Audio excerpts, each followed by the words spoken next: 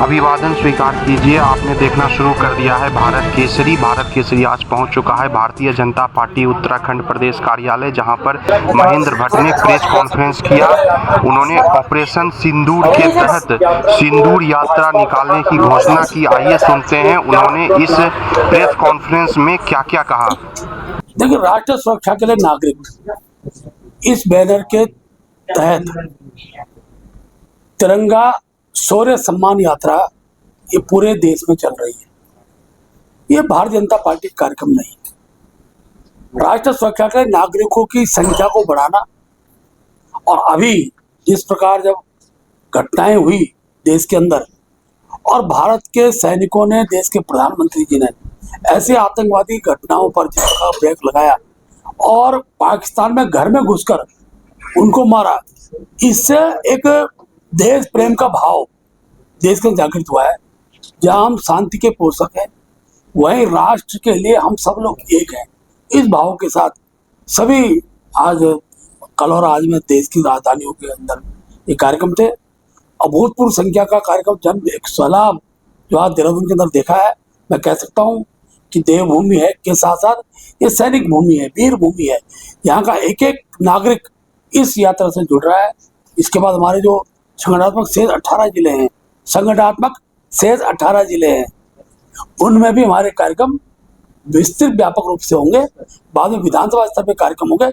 उत्तराखंड के प्रत्येक व्यक्ति का एक एक नागरिक ये तिरंगे के नीचे आए, इस भाव के साथ इस कार्यक्रम की रूपरेखा हमने तैयार किया। विपक्ष को भी आह्वान किया जा रहा है क्या?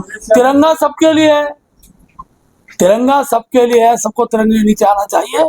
और देश के प्रधानमंत्री जी के निर्णय को जिस प्रकार से उन्होंने भारत के अंदर एक आतंकवादी गतिविधियों का जो जवाब पाकिस्तान को दिया है, उस जवाब के समर्थन में सब लोग आ रहे हैं। एक बड़ा उत्साह पूरे देश के अंदर है। अच्छा अध्यक्ष जी, कांग्रेस पार्टी ने बड़ा सवाल भी किया है कि चूंकि जब सर्वदलीय बैठक हुई थी, कांग्रेस पार्टी ने असहमति दी थी और सबके डिसीजन से सब कुछ हुआ है, तो ऐसे में विपक्षी दलों से भारी होगा क्या?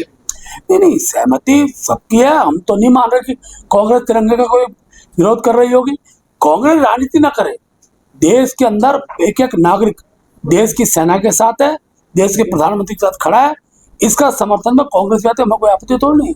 अहिल्या भाई होलकर जी का जन्म उत्सव मना रहे हैं आप लोग, क्या कुछ कार्यक्रम? देखिए, अहिल्या भाई होलकर जी की 300वीं जयंती के कार्यक्रम प्रारंभ हो गए हैं। अहिल्या भाई होलकर जी का बहुत बड़ा योगदान रहा है। ऐसी वीरांगना थी जिन्होंने 30 वर्षों तक शासन किया और स्थायित्व का शासन देने का श्रेय उनको जाता है, धार्मिक शासन देने का श्रेय उनको जाता है। और वो केवल एक राज्य की शासक नहीं थी, पूरे भारत में घूमकर उन्होंने अनेकों ऐसे कार्य किए जिन कार्यों का आज जनता में विश्वास है। मैं अगर कहूँ उत्तरी क्षेत्र की मैं चर्चा करूँ तो मैं कह सकता हूँ कि जो हमारा उत्तराखंड में गोचर है, गोचर को गोचर का स्थान, उस स्थान को गोचर नाम देने में अहिल्या जी का बहुत बड़ा योगदान है। बद्रीनाथ, केदारनाथ सहित धामों के जीर्णोद्धार में उनकी बड़ी भूमिका है। काशी विश्वनाथ के मंदिर को उन्होंने वहाँ पर जो लिंग स्थापित किया, उसकी बड़ी भूमिका है। सारे यात्रा क्षेत्रों में, विश्राम गृह में उनका बहुत बड़ा योगदान है। ऐसे अनेकों कार्य है। कुआं निर्माण उस कालखंड के अंदर पानी की व्यवस्था कुएं से होती थी, कुओं का निर्माण उन्होंने कराया। एक एक व्यक्ति, चाहे श्रम क्षेत्र का हो, धार्मिक क्षेत्र का हो, उसमें उनकी बड़ी भूमिका है। और 300 वर्ष के जयंती के इस कार्यक्रम को पूरे देश में लोग मना रहे हैं। भारत सरकार ने 2 बार, जब उनकी 200वीं जयंती थी, 250वीं जयंती थी, 2 बार उनके डाक टिकट जारी किए हैं। आगे भी भारत सरकार के इस कार्यक्रम को हम व्यापक स्वरूप दे रहे हैं। देश के अंदर एक जागरण कार्यक्रम चला रहे हैं। एक सवाल ये है कि कांग्रेस से कुछ नेता बार बार सवाल कर रहे हैं कि 1971 का रिपीट करने की कोशिश कर रहे हैं और वो कर नहीं पाए, उसको सफल नहीं हो पाए, कोशिश कर रहे हैं।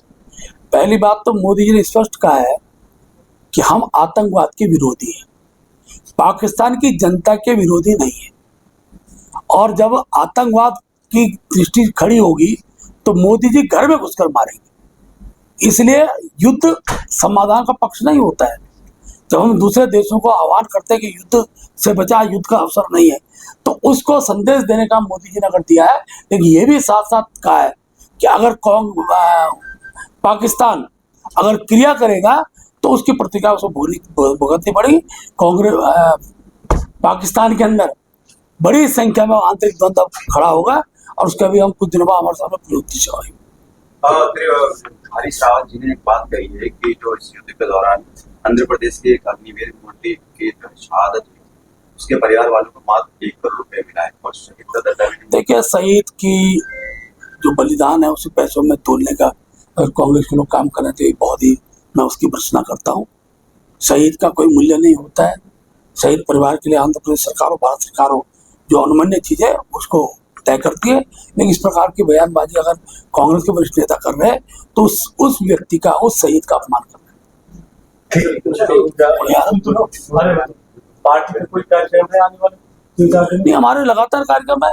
31 मई तक के कार्यक्रम है, जहाँ हम तिरंगा यात्रा कर रहे हैं, वहीं महिला मोर्चा सिंदूर यात्रा भी निकालेगी।